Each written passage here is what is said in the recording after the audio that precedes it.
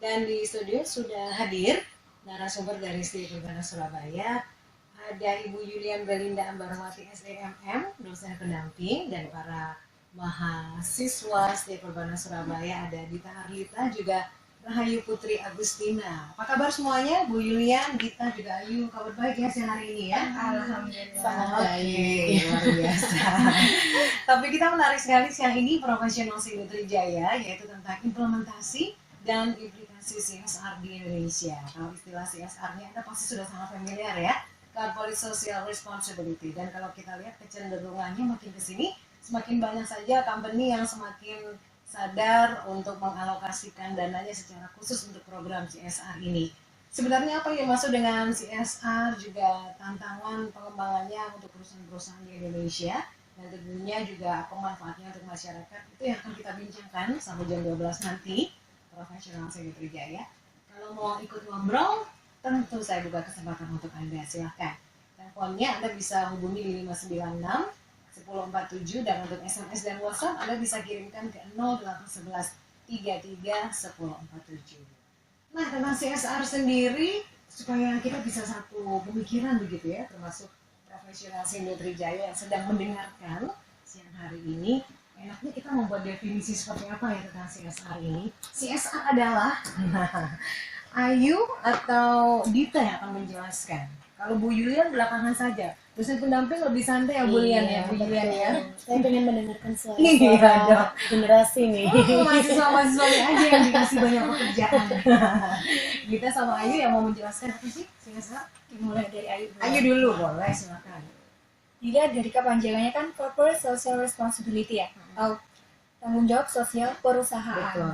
Dimana tadi sudah dijelaskan sama Mbaknya, itu perusahaan menggunakan dananya untuk tanggung jawab kepada publik. Simpelnya, CSR itu adalah bentuk tanggung jawab perusahaan yang telah memberikan warm kepada masyarakat. Jadi bentuk tanggung jawabnya itu bisa diberikan kepada masyarakat, bisa diberikan kepada lingkungan, dan tentunya untuk meningkatkan profit perusahaan sendiri. Jadi dengan adanya program CSR, itu tidak hanya masyarakat atau lingkungan yang diuntungkan, tapi perusahaannya juga. Simpelnya seperti itu. Gitu ya. Nah, sekarang kenapa perusahaan itu harus membuat CSR? Perusahaan sebagai institusi bisnis ya udah kerja aja bikin profit yang banyak gitu ya. Tapi kenapa harus ada kepedulian sosial, kepedulian lingkungan? Dita?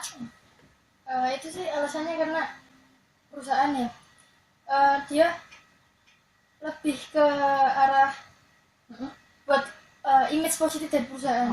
Jadi membangun image positif ya? Ya, kalau dulu itu kan CSR jarang dilakukan oleh perusahaan. Namun sekarang kan lebih banyak perusahaan yang sadar melakukan CSR.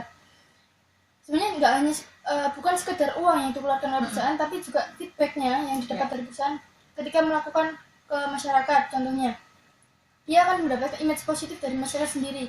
Oh, perusahaan itu ngelakuin hal-hal yang memanfaatkan bagi masyarakat, bisa dari bidang pendidikannya, dari bidang pembangunan infrastrukturnya, kesehatannya, dan yang lainnya. Bentuknya banyak sekali ya untuk CSR ini ya.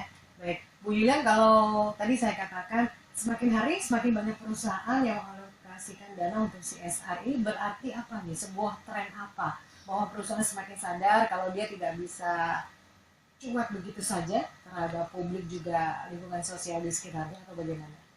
Ya, mungkin kalau dulu itu kan perusahaan lebih memikirkan profit dan profit ya, tanpa memikirkan sekitarnya.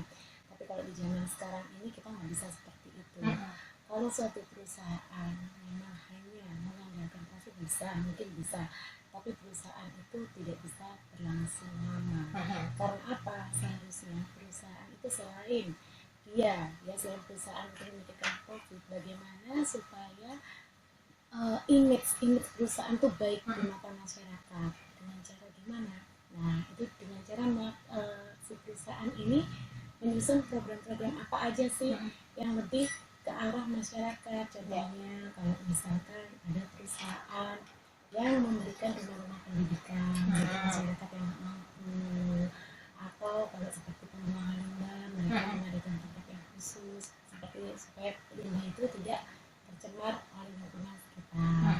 Nah, otomatis kalau perusahaan memberikan seperti itu, yang tadinya masyarakat misalkan tidak tidak terlalu mendukung ya, tidak terlalu mendukung atas berdirinya perusahaan itu. Tapi dengan adanya program-program itu, jadi masyarakat itu gini, oh iya ya, jadi perusahaan ini agak baik soalnya memberikan ke masyarakat sekitarnya dengan bantuan-bantuan. Nah, seperti kayak ilmu pendidikan itu kan tenaganya bisa diambil dari masyarakat yang tidak mampu, atau mereka yang ditarik di situ, yang anak-anak nggak mampu untuk disekolahkan di situ, itu diberikan atau gimana. Nah, itu kan jadi image-nya bagus ya ke perusahaan, dan itu perusahaan itu akan bisa tetap tumbuh dan berkembang dalam jangka waktu yang Baik.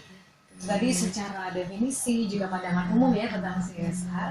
Nah sekarang kita masuk ke apa motif perusahaan itu mau melakukan CSR. Kan ya itu tadi, kan urusan CSR gitu, kita fokus aja ke urusan bisnis kita. Cari profit sebanyak-banyaknya gitu ya. Tentunya ada motif-motif kenapa perusahaan itu kemudian mereka membuat program CSR. Silakan. Ayo atau Dita? Gitu. Jadi kita aja. Boleh. Jangan bareng-bareng. Atau disambung dari Ayu nanti ya. Oke, silakan. Motif-motifnya itu ada beberapa sih. Yang pertama dari segi sosial tadi, dimana masyarakat kita harus dapat image, bukan image, kita harus dapat daya tarik dulu dari masyarakat. Harus bisa menarik hati Menarik masyarakat. hati. Lalu kalau dari segi ekonomi, dengan adanya daya tarik tadi, nah kan otomatis masyarakat lebih percaya kalau oh perusahaan itu gini-gini nih, baik kayak gini-gini. Nah akhirnya balik ke profitnya perusahaan bisa tinggi lagi. Yang berhubungan sama biaya tadi juga bisa jangka panjangnya juga. Terus yang ketiga ada alasan hukumnya. Jadi kalau bagi perusahaan yang nggak mau itu udah ada aturan dari pemerintah tentang kewajiban perusahaan yang harus melakukan CSR, karena tadi yang disebutkan Rayu, dia menciptakan dampak-dampak buruk bagi lingkungan. Gitu.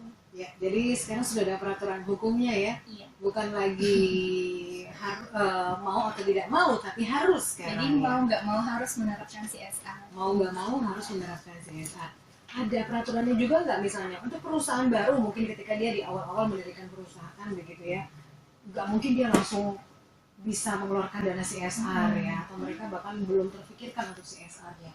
Ada nggak di peraturan misalnya keharusan untuk membuat program CSR itu untuk perusahaan yang sudah running mungkin sekian tahun, bagaimana? Kalau dari kita bacakan peraturannya terlebih dahulu.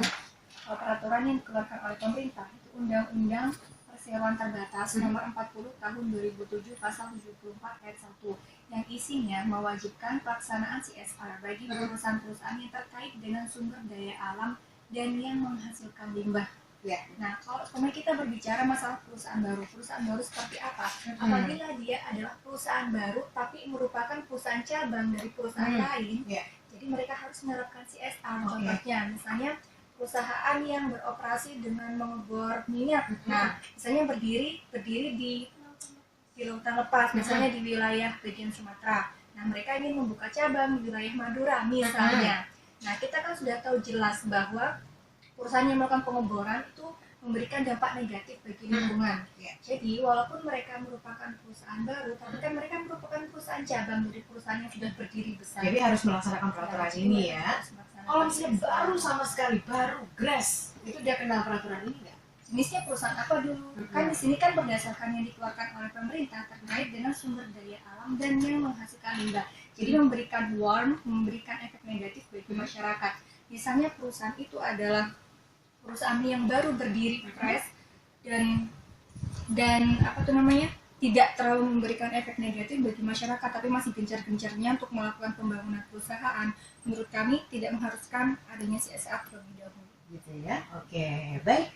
Segmen pertama kita profesional Sindo Trijaya, kita akan segera tutup. Nanti di segmen berikutnya semakin asik lagi nih obrolannya, termasuk tentang bagaimana perkembangan CSR di Indonesia, juga apa saja bentuk-bentuk CSR yang bisa dilakukan oleh perusahaan. Ini tentu bisa menjadi ide Anda, ada yang sudah menjalankan perusahaan, tapi ini dana ada, enaknya dananya harus dikelola seperti apa ya, atau disalurkan dalam bentuk apa. Itu nanti kita sambung di segmen berikutnya.